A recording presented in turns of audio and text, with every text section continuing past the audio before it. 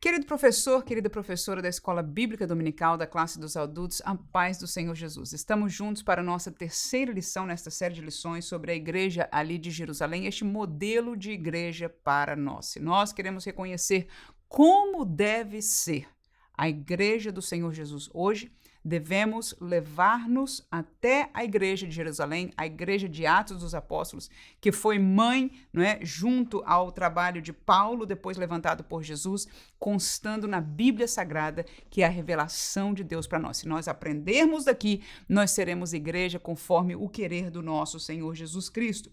Então, estamos adiante de nós com o trecho de Atos, capítulo 3, versículo 11 a 19, e o título da nossa lição é Uma Igreja Fiel à Pregação do Evangelho. Portanto, a pregação do Evangelho vai ser o centro do estudo desta aula de hoje. Você está aqui para nós caminharmos com a aula comentada. Neste canal nós temos dois tipos de aula. Um que é este esboço aqui, onde nós nos aprofundamos didaticamente um pouco mais em cada um dos tópicos. Não seguimos necessariamente 100% o modelo que está na lição, sim os tópicos, sim o entendimento, mas não necessariamente tópico por tópico. Nós nos damos um pouco de liberdade didática para essa lição. Está disponível no canal. No entanto, este vídeo aqui nós vamos caminhar como de costume na leitura da nossa revista e vamos estar comentando e explicando algumas coisas conforme nós vamos passando. Como introdução desta aula, eu gostaria de sugerir para você fazer essa pequena atividade com a sua classe. Veja que logo na introdução o autor fala de uma igreja bíblica. Uma igreja bíblica, que é o que nós devemos procurar ser. Uma igreja fundamentada no ensino, na doutrina da Bíblia, é uma igreja bíblica. E ele usa na introdução 4 palavras, e você vai escrever antes para que depois nós possamos fazer essa atividade com os alunos. As palavras-chave aí são compromisso, você vai encontrar essas palavras todas na introdução, tá? Compromisso, valoriza, centro do que ensina, ou centro do ensino, e como prega, ok? Então, você vai pedir para os alunos encontrarem estas características na introdução. Então, na introdução, nós vamos ler aqui o que diz sobre esta igreja bíblica em relação ao seu compromisso. Qual é o compromisso desta igreja? O que esta igreja valoriza? Qual é o centro daquilo que ela ensina e como ela prega? Todas as respostas vão estar aqui na introdução e nós vamos ler. Vamos lá. Esta lição mostrará uma das marcas de uma igreja bíblica. Seu compromisso com, olha aí a primeira resposta, a pregação da palavra. E aí você pode dar um tempo para os alunos responderem antes de você ler com eles e só corrigir, ou fazer a leitura, você fica à vontade como fazer essa atividade, mas inclusive eu não leria com eles, simplesmente corrigiria, não é? Mas está aí para nós fazermos juntos aqui a pregação da palavra. Segundo lugar, vamos seguir aqui, uma igreja verdadeira, olha lá, valoriza a mensagem das Escrituras e coloca Jesus Cristo no centro de tudo o que ensina. Então, essas são as duas respostas aí. Valoriza o quê? A mensagem das Escrituras. E quem é que está no centro do que ensina? Cristo. Muito bem. Vamos seguir? Diz, é por meio da pregação da Bíblia que o mundo pode conhecer a Cristo. Além disso, uma igreja bíblica prega no poder do Espírito Santo. Tá aí a última resposta. Como prega? No poder do Espírito Santo. Não transmite apenas palavras vazias, mas a mensagem viva e transformadora que vem da inspiração do Espírito de Deus. Por fim, uma igreja bíblica traz esperança para aqueles que já não enxergam saída. Ela anuncia que há um futuro de refrigério e renovação na presença do Senhor. Então, está aí uma pequena atividade que nós podemos fazer facilmente na sala de aula. E como introdução, nós vamos reler isso aqui. E em todo o estudo de toda a série de lições, mas dessa lição especificadamente, nós vamos estar sempre fazendo um paralelo da igreja bíblica com a nossa igreja local, com a nossa igreja atual, com a realidade que nós estamos vivendo, porque se nós temos que aprender e temos que ser a igreja bíblica, a igreja que nós convivemos aqui deve ter estas características. Verdade que em cultura alguma coisa pode ter mudado, mas na realidade da palavra, da doutrina, das prioridades, do ensino de Cristo, dos valores, isso não pode mudar.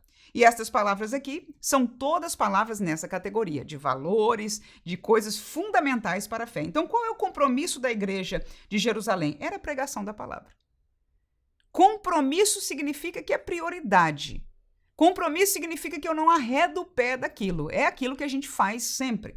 Valorizar. Valorizar é colocar lá em cima, né, a mensagem das Escrituras. É o mais importante, né? Não são as atividades, não é isso ou aquilo, qualquer que seja, não pode substituir o maior valor. Claro que numa igreja, no contexto de igreja, existem muitas coisas acontecendo, mas o valor maior da igreja, e o pastor tem que ter isso, mas cada crente tem que sentir isto também, né? Ou seja, qualquer crente, em qualquer faixa etária, na igreja tem que entender, olha, na minha igreja tem tudo isso, nós temos aquilo, nós fazemos isso, mas o valor central para ele e para ela, ele tem que descobrir que está na mensagem das Escrituras. Qual é o centro do que se ensina? É Cristo. Como prega? Outra coisa interessante, no poder do Espírito Santo. Será que nós vemos isto hoje? Será que esta é a nossa realidade? Que na igreja nós sentimos, e neste tocante não precisa necessariamente de gritaria, de bater pé, de fazer show, de correr no púlpito.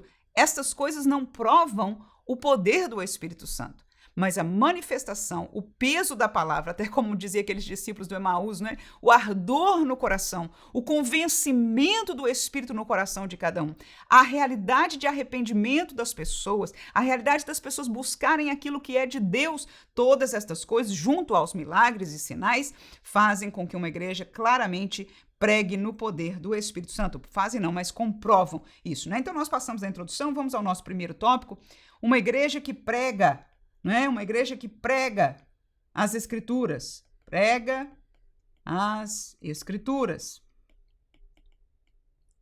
Em primeiro lugar, as Escrituras revelam Deus. A igreja deve pregar as Escrituras, pois elas revelam Deus.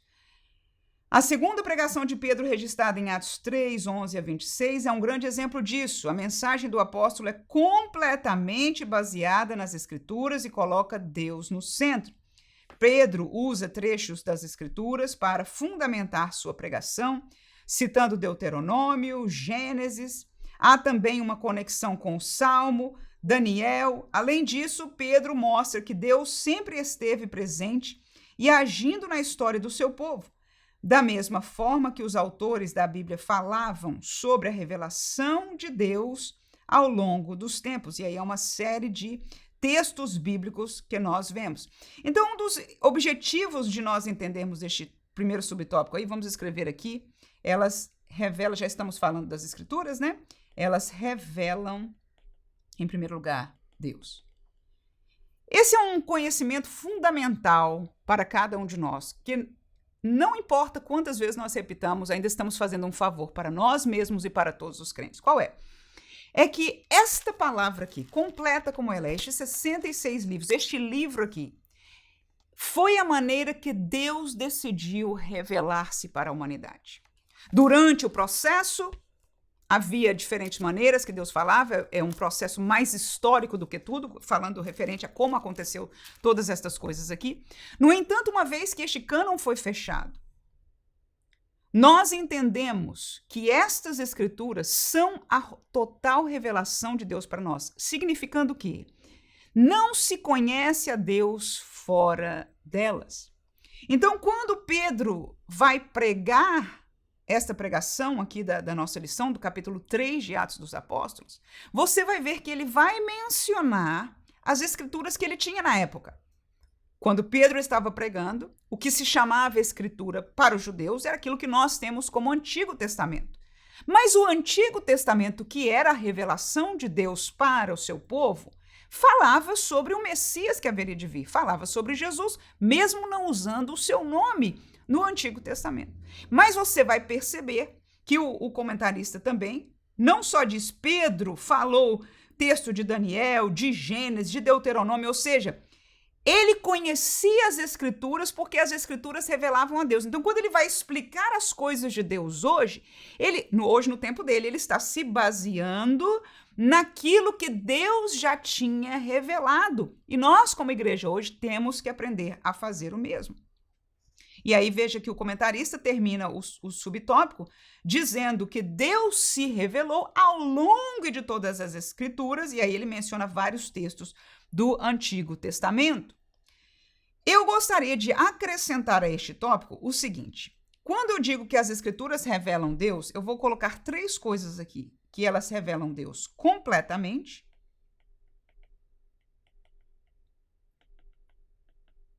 elas revelam e colocam Deus no centro, ou seja, quem lê a Bíblia encontra a pessoa de Deus no centro de todas as coisas.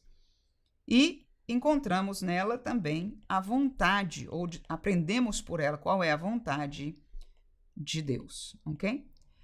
Mas o que eu quero fazer aqui, isto aqui interessante, é, como eu disse, sempre comparar aquilo que a Bíblia ensina, aquilo que a igreja primitiva pregava e o que nós vivemos hoje. O que nós, como igreja hoje, encontramos como realidade. Então, enquanto eu estou ensinando e aprendendo que a Bíblia Sagrada, as Escrituras Sagradas, revelam a Deus completamente, ou seja, não há revelação concreta maior do que aquilo que está na Bíblia, fora dela. Ninguém conhece a Deus fora dela. Alguém pode reconhecer que existe um Deus fora dela, mas conhecer este Deus, a Bíblia é a única que tem este entendimento completo. Agora, este completo é daquilo que Deus quis fazer, se revelar, amém? Na sua plenitude, somente quando nós sairmos aqui e estivermos com Ele. No entanto, naquilo que se pode conhecer de Deus, as Escrituras revelam a Deus completamente. No entanto, qual é a realidade de muitos meios evangélicos, cristãos, né, que se colocam parecidos, ou crentes até, não vamos dizer parecidos, são crentes, são igrejas, mas que estão falhando? Tem uma visão da Bíblia colocando Deus não como uma revelação completa, mas como um enfeite. São 2 palavras que eu usei aqui. E um talismã. E você vai entender bem quando eu colocar as outras palavras.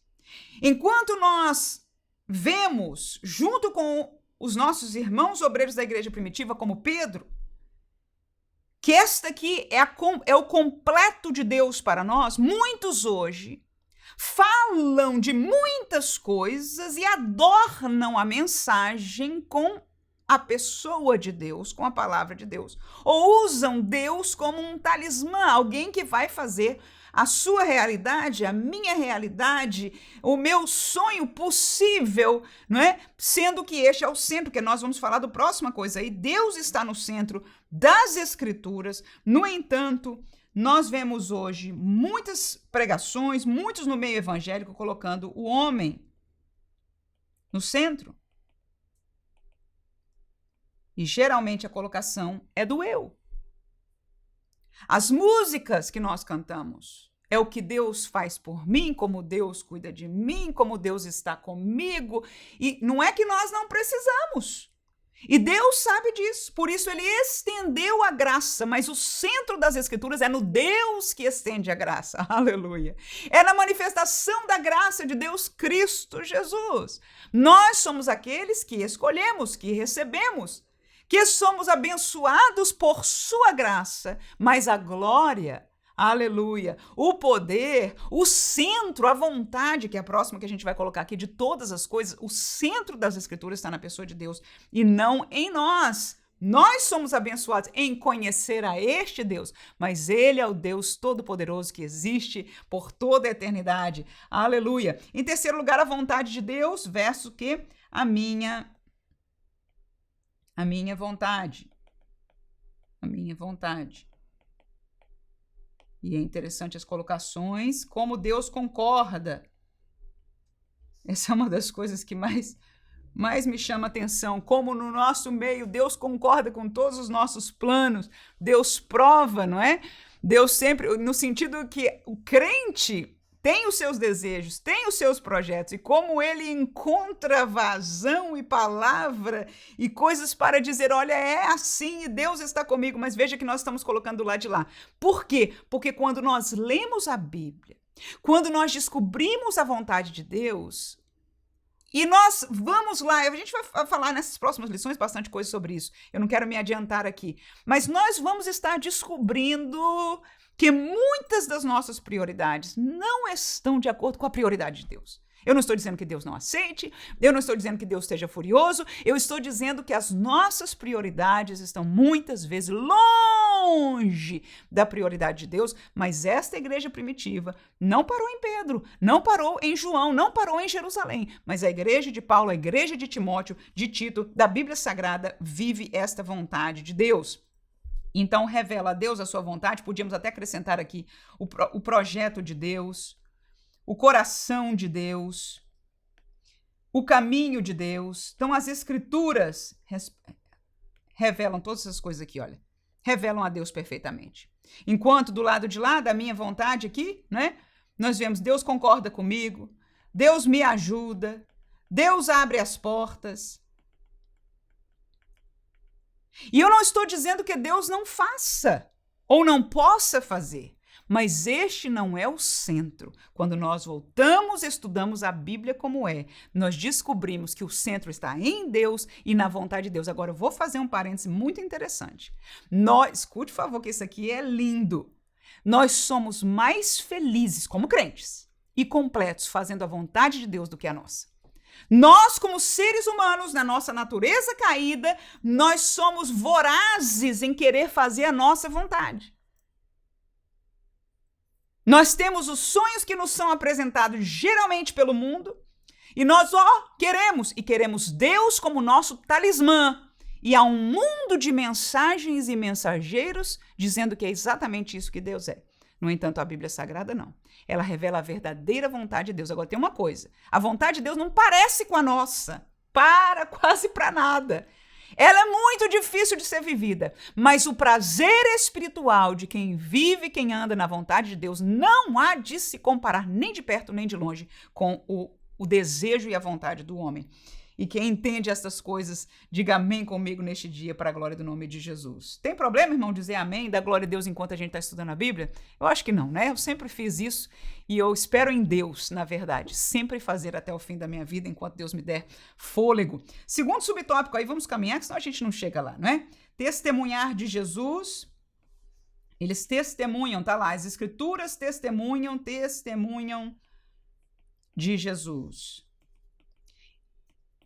Eu penso que nós não vamos ter mais nenhum tipo de... Talvez só no último vai ter uma explicação maior assim, mas nesses dois, na introdução e neste primeiro subtópico, você tem uma oportunidade de fazer essa dinâmica, não é? Esta conversa com a classe das coisas atuais que nós estamos vivendo, e eu penso que isso é de bênção para a nossa sala de aula. Então, deste testemunho de Jesus, eu vou colocar 2 versículos que o autor colocou aí, não é? João, capítulo 5, versículo 39, e Atos 3 e 18, nós vamos estar lendo daqui a pouco eles. Vamos lá. As escrituras apontam para Cristo. Jesus, eu estou lendo o segundo subtópico, tá? Jesus disse que as escrituras davam testemunho dele. João 5,39, a gente vai ler agorinha. Vamos ler agora, por que não? Tá escrito aí, olha. Examinais as escrituras, porque vós cuidais ter nela a vida eterna. E são elas que de mim testificam. Muito bem. Veja bem que interessante quando nós paramos para pensar no texto bíblico. Jesus está falando com os judeus. Os judeus valorizavam as escrituras. As escrituras para judeus é o que nós conhecemos como Antigo Testamento. Aí Jesus diz para ele, olha, vocês examinam as escrituras. Vocês conhecem as escrituras, porque vocês entendem que vocês vão receber a vida eterna por causa do que nela está escrito. Cuidais ter nela a vida eterna. É por causa do que Deus revelou. É obedecendo o que Deus revelou é que tem a vida eterna. E vocês estão certos. Mas aí Jesus faz uma outra colocação. Ele diz, mas são elas mesmas que testificam de mim. Então ele está fazendo-os entender que nos textos do Antigo Testamento está a revelação profética da sua vinda, da sua existência, e a verdade é que Jesus cumpriu perfeitamente tudo o que dele tinha sido escrito. Mas está aí o texto que nós estamos lendo. Vamos seguir a leitura do segundo subtópico aqui. Cristo é o centro da Bíblia. Essa era também a compreensão do apóstolo Pedro. Segundo suas palavras, os profetas anunciaram antecipadamente o sofrimento de Cristo. Atos 3:18. Vamos ler aí? Mas Deus assim cumpriu o que já dantes pela boca de todos os seus profetas havia anunciado, que o Cristo havia de padecer. Então está aí dentro de um contexto de pregação do apóstolo Pedro, ele está dizendo, né, aquilo que nós ouvimos agorinha em João 5, era Jesus que estava dizendo, que as escrituras falavam dele, ok? Agora Pedro pregando diz, nós já ouvimos das bocas dos profetas, nossos profetas, ou seja, as nossas escrituras, que o Cristo haveria de padecer. Eu penso que daqui a pouco a gente vai ler exatamente um texto de Isaías 55, né, que não está falando ali necessariamente do Cristo, mas em Isaías 43 é um texto que nós conhecemos, que é um texto claríssimo, né, que todos nós conhecemos sobre o sofrimento de Jesus, trazido ali por boca de um profeta do Antigo Testamento. Vamos seguir e terminar aqui o segundo subtópico. A pregação de Pedro invocou o testemunho das Escrituras para mostrar que a rejeição de Jesus e sua morte não foram por acaso, já haviam sido preditas pelos antigos profetas. Amém? Então, neste segundo tópico, nós vamos ficar aí. A única coisa que eu coloquei aqui foram essas palavras. Revelam o plano de Deus, ok? Nós já falamos de outras coisas que revelam aqui anteriormente, mas testemunho de Jesus, ou seja, Deus nas escrituras passadas, revelavam que Jesus, vindo desta maneira, vindo para sofrer, vindo para morrer, era o projeto de Deus. O projeto era para ser assim. E nós que somos pentecostais, damos graças a Deus que o projeto não terminou aí. O Pentecoste, o derramamento do Espírito, era parte do projeto também. E não terminou aí. A vinda de Jesus é parte do projeto. E não termina aí. O fim está no Apocalipse, que nós não vamos falar aqui com certeza. Terceiro subtópico. As escrituras confrontam o pecado. Vamos colocar isso aqui. Confrontam o pecado. Vamos ler aí o terceiro subtópico. A verdadeira pregação também mostra o problema do pecado e o confronta.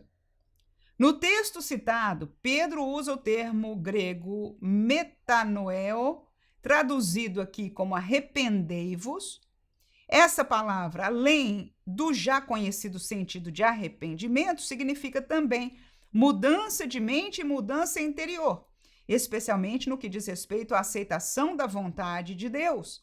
A pregação bíblica deve confrontar o pecado, e esta palavra que eu acharia chave aí, né, deste tópico, deve confrontar o pecado e exige uma mudança radical dos seus ouvintes. Então vamos colocar os dois textos aí. Eu vou botar um que já está neste tópico, é o Atos 3:19, mas eu vou sugerir que você leia também com a sua classe Isaías 55:7. Atos 3:19, disse Pedro aí no contexto dessa pregação, arrependei-vos, pois, e convertei-vos, para que sejam apagados os vossos pecados e venham assim os tempos do refrigério pela presença do Senhor. Então Pedro fala sobre a pessoa de Jesus, fala que Jesus é o cumprimento daquilo que Deus já tinha revelado, porque ele está pregando para judeus, ou seja, essas pessoas deveriam recebê-lo como seu Messias, né? Então, Pedro termina esta pregação revelando, dando testemunho, e agora até inclusive deste novo testamento em Cristo Jesus no seu sangue, cuja aceitação já não é mais pelas obras, cuja salvação já não é pelo sacrifício de animais, mas pela fé em Jesus Cristo. E ele termina pavimentando ou mostrando a porta deste caminho de volta a este Deus, que teoricamente os israelitas conheciam, mas que estavam apartados. Porque se eles não tivessem fora do caminho em desobediência de Deus, eles não precisavam se converter ou se arrepender. Na verdade, as duas coisas. Arrependimento é quando alguém se sente mal. Aqui está falando para nós, né? Nós nos sentimos mal, nós sabemos, reconhecemos que estamos errados, mas o arrependimento, ele deve caminhar junto com a conversão. Pedro diz, arrependei-vos e convertei-vos, que é a explicação da palavra que o pastor colocou aqui para nós. Mudança de vida, de interior para o que sai para fora. Então, enquanto alguém se arrepende, ele para e ele entende, realmente eu sou pecador, o que se converte, ele deixa o caminho de pecado, ele dá meia volta e ele caminha para o outro lado. Isto é conversão. Claro que a obra espiritual é de Deus, mas o que nós, como pessoas, fazemos é nos arrepender e dizer, eu não quero mais caminhar por este caminho que eu estava. Eu adorava aos ídolos, eu não estava obedecendo a palavra de Deus, eu era um pecador, então agora eu vou me converter para o caminho de Deus, que é o caminho das Escrituras. Então, toda pregação bíblica, todo evangelismo bíblico, não vou dizer toda pregação, porque nós podemos ter outros focos, mas todo evangelismo bíblico, que é o que Pedro estava fazendo, confronta a realidade do ser humano do pecado. Isaías 55:7, nós já vimos o que Pedro falou aí, não é? Em Atos 3.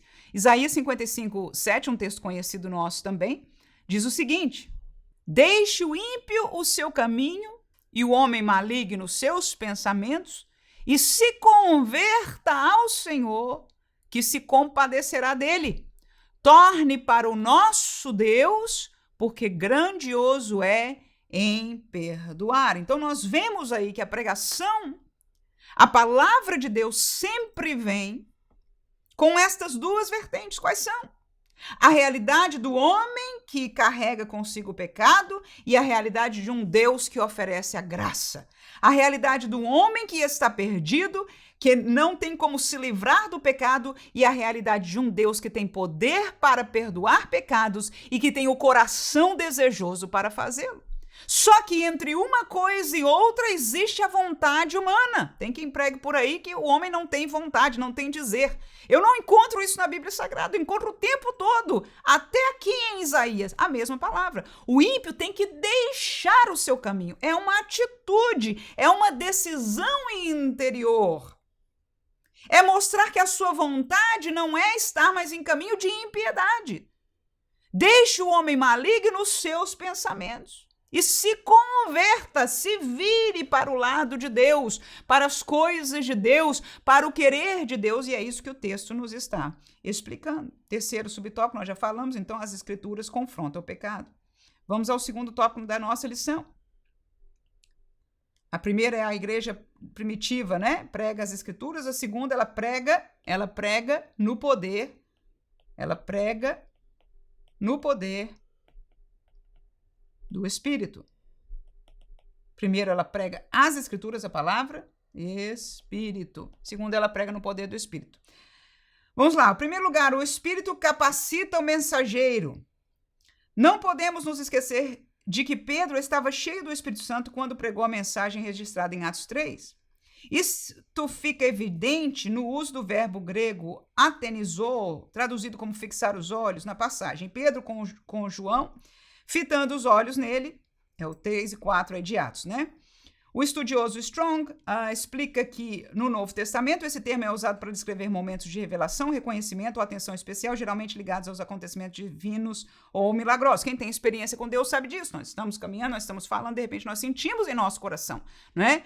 Que há alguma coisa maligna ali, ou algo, é um momento que nós devemos orar, ou que nós devemos falar de Jesus para aquela pessoa, né? Hoje, nesta convivência com o Espírito Santo dentro de nós podemos e devemos ter mais experiência com Deus, e é questão de sintonia, de obedecer, de ter uma vida de comunhão com Deus e de obediência àquilo que Deus vai fazendo, e quanto mais nós vamos vivendo esta vida, mais nós vamos tendo estas experiências, essa oportunidade que Pedro teve aqui. Ele olhou, não era o único aleijado que estava por ali, o único doente, Provavelmente não foi o primeiro que ele viu naquele dia. No entanto, quando ele fixou os olhos naquele homem, o Espírito Santo o fez sentir algo extraordinário. Aleluia. Então, nós conhecemos isso aí, né? Capacita. E aí vamos chamar atenção naquilo que ele colocou aqui. Capacita o mensageiro. Capacita o mensageiro. E a pergunta é, no contexto do Novo Testamento, no nosso contexto como igreja, como funciona essa capacitação? Inspira. É o que eu disse, a maioria dos dons são dons de inspiração. Não são todos, com certeza, mas é a maneira que o Espírito Santo trabalha conosco, ele nos inspira, ele se inspira dentro da palavra, o entendimento, aquilo que pregar, por exemplo, a palavra que trazer, o conselho, pode vir do Espírito Santo, ele fala conosco, ele nos dirige. Você vê vários exemplos de Paulo, por sonho, recebendo a direção do Espírito Santo, algumas vezes direto ao seu coração, entendia claramente que não era assim, não era aquela direção de Deus. Então são coisas que nós vivemos com Deus, não é de outro mundo. Se alguém não sente isso, é importante você dizer isso para os alunos. É importante eu e você temos resposta para isso, porque aqui entre nós, vamos fazer um parênteses aqui entre professores, ok? Nem todos nós temos as mesmas experiências, mas nós temos a mesma Bíblia.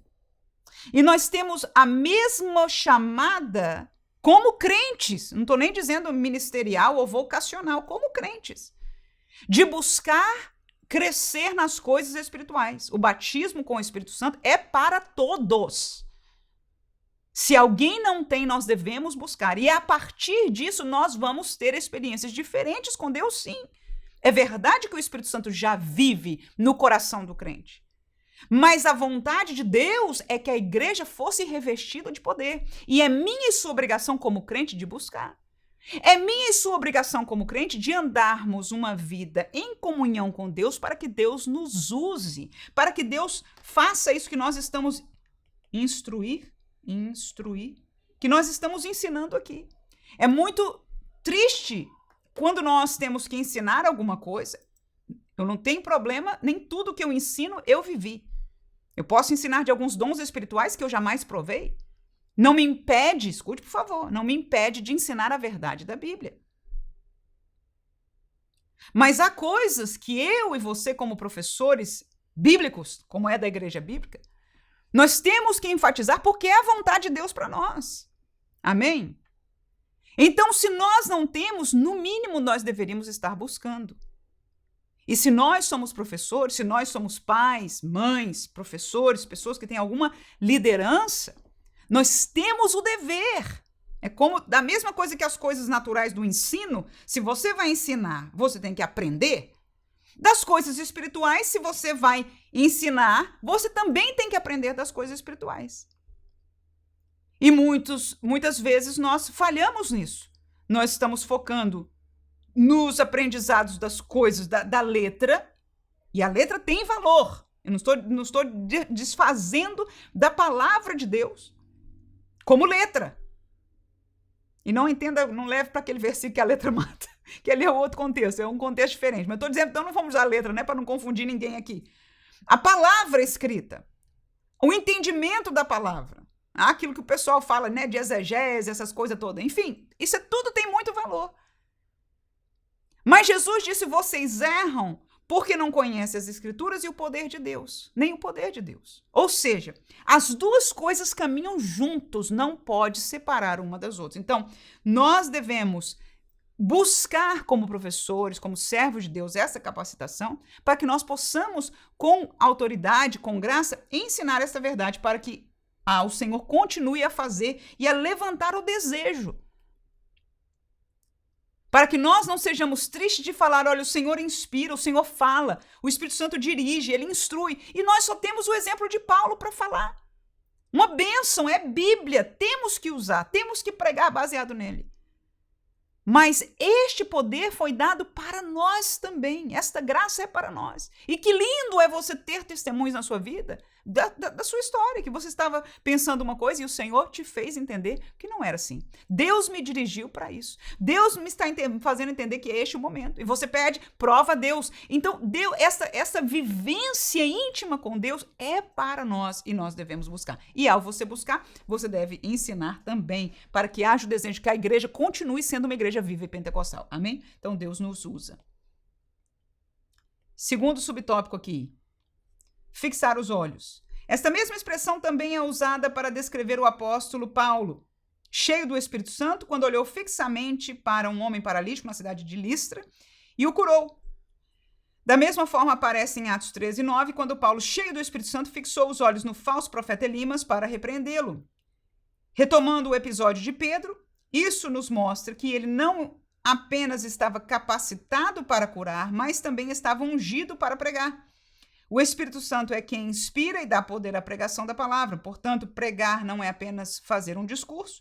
Pregar é anunciar a mensagem de Deus com a autoridade e a unção do Espírito Santo. Então, eu chamaria a atenção desta última frase aí. Pregar é anunciar a mensagem de Deus com a autoridade e a unção do Espírito Santo. Então, é um peso para conosco. E será que é só pregar ou será que nós devemos ensinar também assim? Volto a dizer. Ensinar ou pregar com autoridade espiritual não é necessariamente grito, não é. Pode gritar? Pode gritar. Pode não gritar? Não, pode não gritar. Pode falar mansinho? Pode falar mansinho. E ter autoridade espiritual? Ter autoridade espiritual. E a unção do Espírito Santo? A mesma maneira. Então, fixar os olhos do segundo tópico mostra que o Espírito Santo nos dá ou dá poder. Atos 3, 1-8, diz o seguinte. Pedro e João é o contexto, tá? A gente leu aqui na lição, o texto era de Atos 3, 11 e 19. Aí já é a pregação de Pedro, né? Mas tudo começou com uma cura, quando ele estava na Porta Formosa, que a gente vai ler aí. Pedro e João subiam juntos ao templo, a hora da oração, a 9ª, e era trazido um varão que desde o ventre da sua mãe era coxo, o qual todos os dias punham à porta do templo, chamada Formosa, para pedir esmola aos que entravam. Ele, vendo a Pedro e a João, que iam entrando no templo, pediu que lhe dessem uma esmola. E Pedro, com João fitando os olhos nele, disse, olha para nós. E olhou para eles, esperando receber alguma coisa. E disse Pedro, não tenho prata nem ouro, mas o que tenho isto te dou. Em nome de Jesus Cristo Nazareno, levanta-te e anda. E tomando-o pela mão direita, o levantou, e logo seus pés e tornozelos se firmaram. E saltando ele, pôs-se em pé e andou. E entrou com eles no templo, andando e saltando e louvando a Deus. Então nós vemos aqui que o Espírito Santo dá poder. Não só inspirou, com certeza, Pedro, você vê que as palavras não são de conversa normal. Pedro viu e parou, o Espírito Santo fez parar. E quando olhou para ele, ele disse, olha para nós, a autoridade, quando a gente sente, quando a gente fala, quando a gente é usado com a autoridade de Deus, quem tem esta vivência sabe disso, sabe o que significa uma experiência como essa. Você sabe o que acontece e como acontece. Naquele momento, Deus, na pessoa do seu Espírito Santo, nos faz entender, nos dá autoridade, nos revela que vai atuar. E Pedro estava ali, olha para nós. E o homenzinho esperançoso da esmola, ele diz, nós não temos prata nem ouro, mas o que temos, isso te damos. Então, este é o poder do Espírito Santo. Quem prega, a igreja deve pregar até hoje no poder do Espírito Santo. E por último, terceiro subtópico aí, né? A glória é de Deus. O Espírito glorificará Jesus, é o título do terceiro subtópico. Jesus disse que o Espírito Santo glorificaria. O Espírito nunca chama a atenção para si mesmo, mas sempre aponta para Cristo. Isso é exatamente o que vemos na cura do paralítico na Porta Formosa, em Atos 3. Pedro, cheio do Espírito Santo, não poderia aceitar ser o centro das atenções. Ele deixou claro que o milagre não aconteceu por seu próprio poder ou santidade. O Atos 13, 12, que o comentarista vai colocar aqui para nós, muito importante, é inclusive o texto áureo, né, da nossa lição. Varões israelitas, por que vos maravilhais disto? Ou porque olhais tanto para nós como se por nossa própria virtude ou santidade fizéssemos andar a este homem? Terminando o subtópico. Da mesma forma, qualquer pregação que tira o foco de Cristo e coloca o homem no centro não é uma pregação bíblica. Isso não passa de um discurso humano. Nós lemos aqui o texto, né, de Atos 3:12. A glória é de Deus e nós somos dependentes só de Deus. Eu vou deixar essas duas palavras para nós aqui para que você possa, segundo o seu entendimento, compartilhar na sua aula.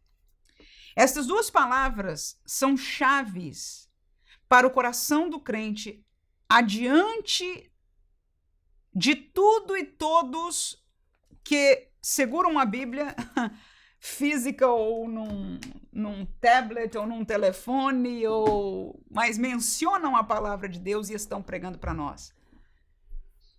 Enquanto nós escutarmos uma mensagem, enquanto nós observarmos um pregador ou alguém que manifeste algum dom ou alguma coisa espiritual,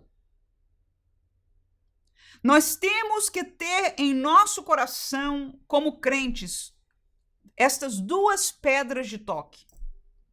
E como eu gostaria que todo mundo evangélico me ouvisse de coração neste momento. Por quê? Porque me parte o coração ver homens, como contou Paulo deles, que nos últimos tempos existiriam, que enganariam a muitos. E eu vejo muitos enganados. Homens que, como disse Paulo, como disse Jesus, disse Pedro, disse Paulo, não vou ler os versículos aqui, mas que nos últimos tempos viriam homens amantes de si mesmo, ou seja, pessoas que não dariam a glória a Deus. Falam de Deus como nós falamos mais acima, como enfeite, como um talismã, como um adorno, mas o centro são eles, o poder está com eles têm que vir a eles, sai deles, a revelação nova é deles.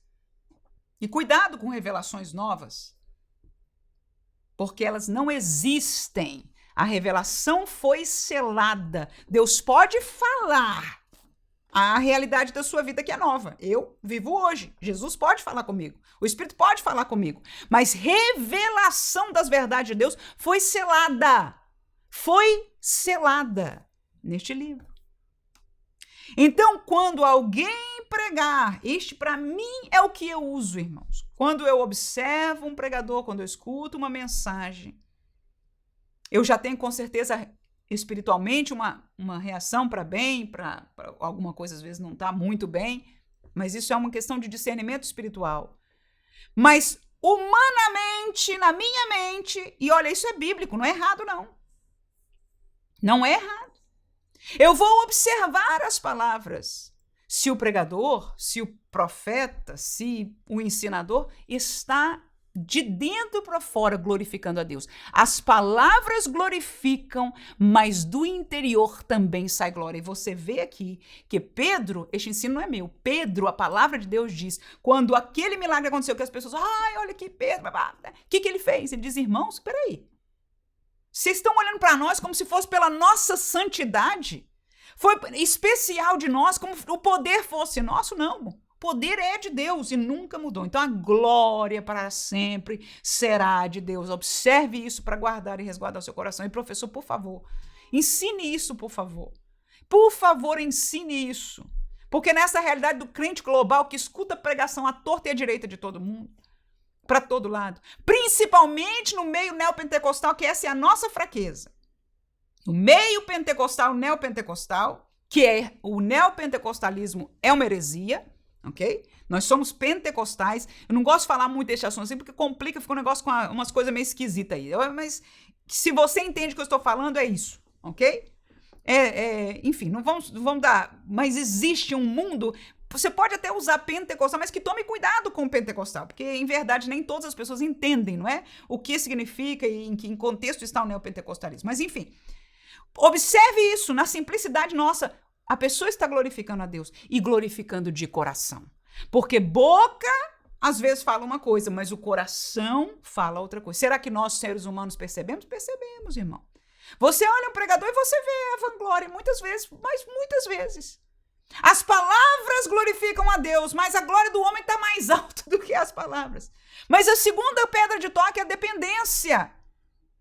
Se a pessoa te dá uma aguinha para levar para casa, se dá um pedaço de pano, se para você ter vitória tem que levar o livro, se para você ter vitória tem que fazer oração na hora tal da madrugada, se você tem que acompanhar um negócio assim, se te faz dependente, não é de Deus.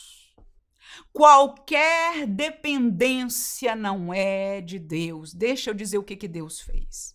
No dia que Jesus, no momento que Jesus expirou, o véu do templo que significava a separação do homem, a presença do Deus soberano, todo-poderoso, se rasgou de cima para baixo.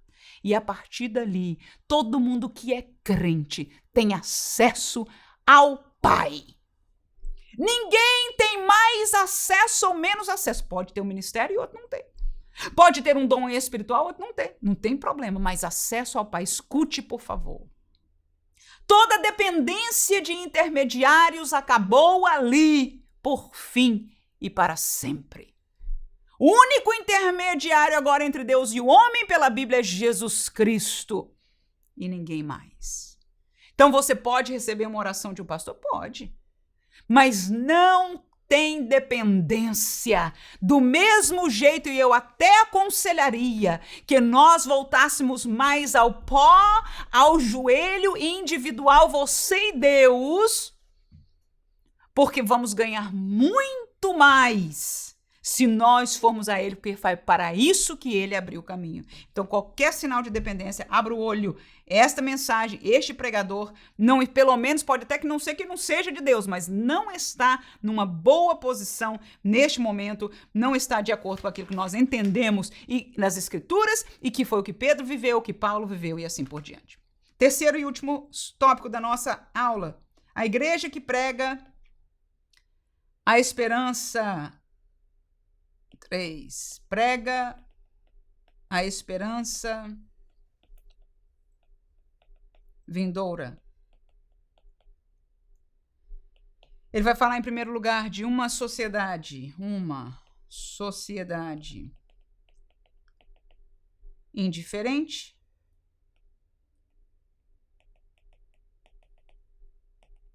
e nós vamos estar lendo Atos 2:40. E só tem um segundo tópico, e com isso nós terminaremos a aula. Um alerta, então, tópico número 3, a igreja que prega a esperança vindoura. Primeiro subtópico diz, alerta a uma sociedade indiferente e insensível. O apóstolo Pedro já havia exortado aos seus ouvintes, na sua primeira pregação, a salvarem-se daquela geração perversa. É exatamente o texto que nós ficamos com ele aí, Atos 2:40. E com muitas outras palavras, é Pedro pregando, né? Atos 2, pregação do Pentecoste. Isso testificava e os exortava dizendo, salvai-vos desta geração perversa. E esta geração perversa trata-se do mundo da época. A geração perversa é o mundo, e nós vamos ver no resto das Escrituras para frente, ensinando que o que é do mundo não tem nada a ver com o que é de Deus. Não se comunicam. Só nós que, como humanos, queremos esta comunicação. Mas Jesus, quando orou por nós, estudamos isso no mês passado, ele diz, eles não são do mundo, mas eu não vou tirá-los agora. Há um propósito para nós estarmos aqui. Qual é? Crescer o mundo? Imergir com o mundo? Tornar-se um com o mundo? Tomar o mundo com os nossos poderes? Não, irmãos, por favor. Mas dentro deste propósito do reino de Deus, de ganhar almas, de edificar a igreja, ele pediu, Jesus, livra-os do mal. Mas a sociedade, a geração presente, como era do tempo, é perversa. Vamos terminar aqui o primeiro subtópico. Agora ele reconhece que aquela geração também era uma geração ignorante. Era uma cultura indiferente e insensível para a realidade espiritual. Era, portanto, uma geração sem esperança. A insensibilidade às coisas espirituais é a marca daqueles que não conhecem a Deus. É a essas pessoas que a mensagem da cruz deve ser pregada. Então, claro, há um paralelismo aí do comentarista entre as pessoas do tempo e de agora também. Em segundo lugar, a promessa da segunda vinda. Concluindo a sua pregação, Pedro deixa uma mensagem de esperança. E venham assim os tempos do refrigério pela presença do Senhor. Terminando aí Atos 3:19, né? A segunda parte aí. Por um lado, os ouvintes do apóstolo já podiam experimentar a bênção prometida a Abraão, que fora trazida por Jesus, o Messias. Essa bênção, portanto, já era uma realidade. Por outro lado, essas palavras de Pedro olham para o futuro apontando um refrigério dos últimos dias, que fora prometido a Israel. Trata-se da futura restauração de todas as coisas.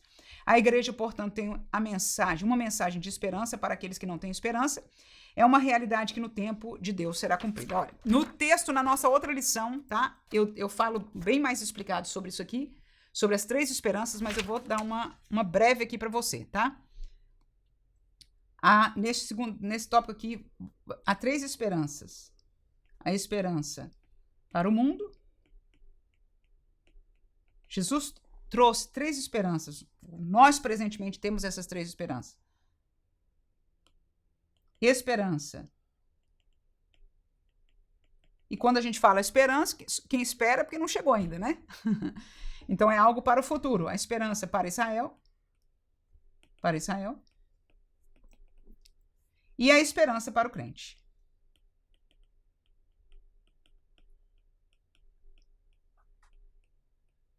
Porque nós vivemos na mesma dispensação que Pedro estava, então agora se torna mais fácil para nós entendermos isso. Ou seja, tanto o que era realidade para Pedro, para nós é a mesma realidade aqui.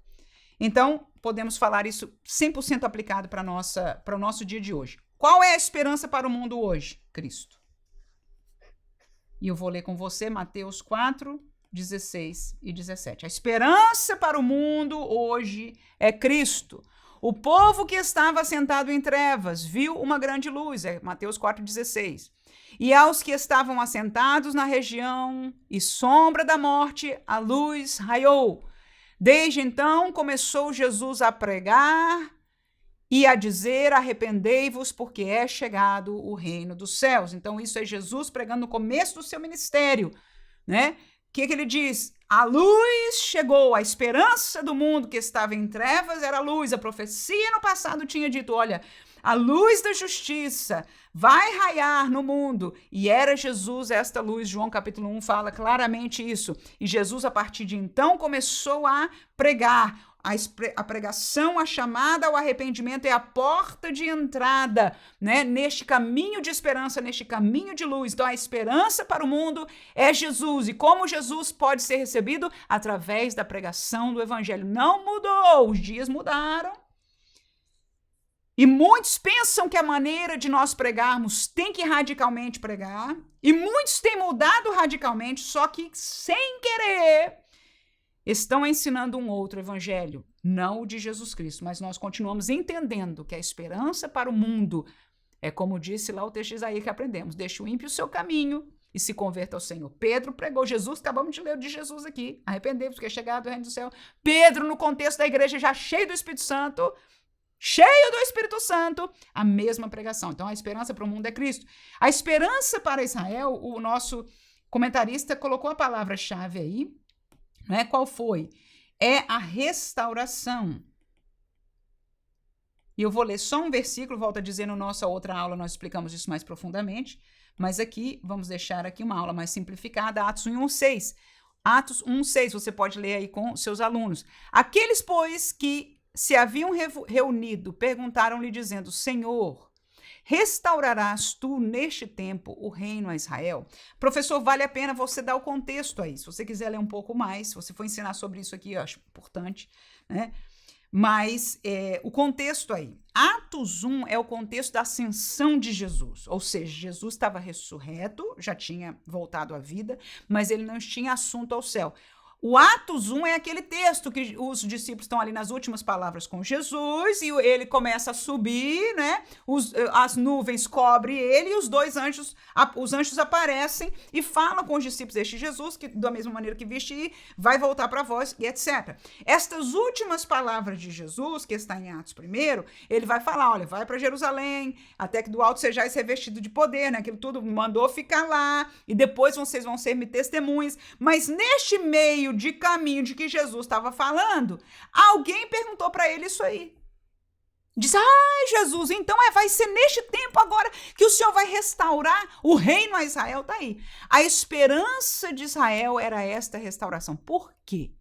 Porque todo o Antigo Testamento aponta para um Israel com um rei na terra que seria da descendência de Davi e que haveria de colocar Israel lá em cima, no centro da realidade política do mundo inteiro.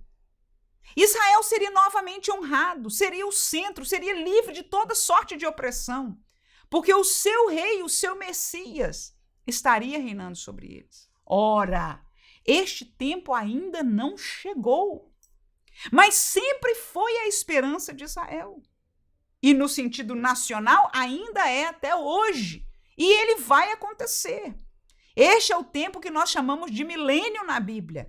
É quando vai haver a restauração de todas as coisas e o Messias, o mesmo Messias, só que eles não reconheceram como nação, vai vir e vai reinar como foi prometido no Antigo Testamento. Então, esta é a esperança de Israel, a restauração de todas as coisas. Eles esperavam no tempo de Jesus e até hoje estão esperando. Então, a esperança para o mundo é Cristo, a esperança para Israel como nação é esta restauração do fim dos tempos, e o pastor ensinou-nos para nós aqui, e a esperança do crente é o quê, irmão?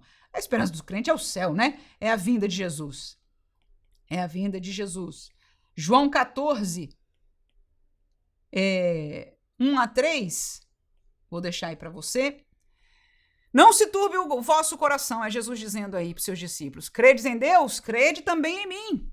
Na casa de meu pai há muitas moradas. Se não fosse assim, eu vou ter dito, pois vou preparar-vos lugar. E se eu for e vos preparar lugar, virei outra vez. É a nossa esperança. E vos levarei para mim mesmo, para que aonde eu estiver, estejais vós também. Nossa esperança é estar com Jesus para sempre, estar no céu com ele. Então, essas são as 3 esperanças atuais para toda a humanidade. Quem não tem Deus que está no mundo, a esperança é Cristo.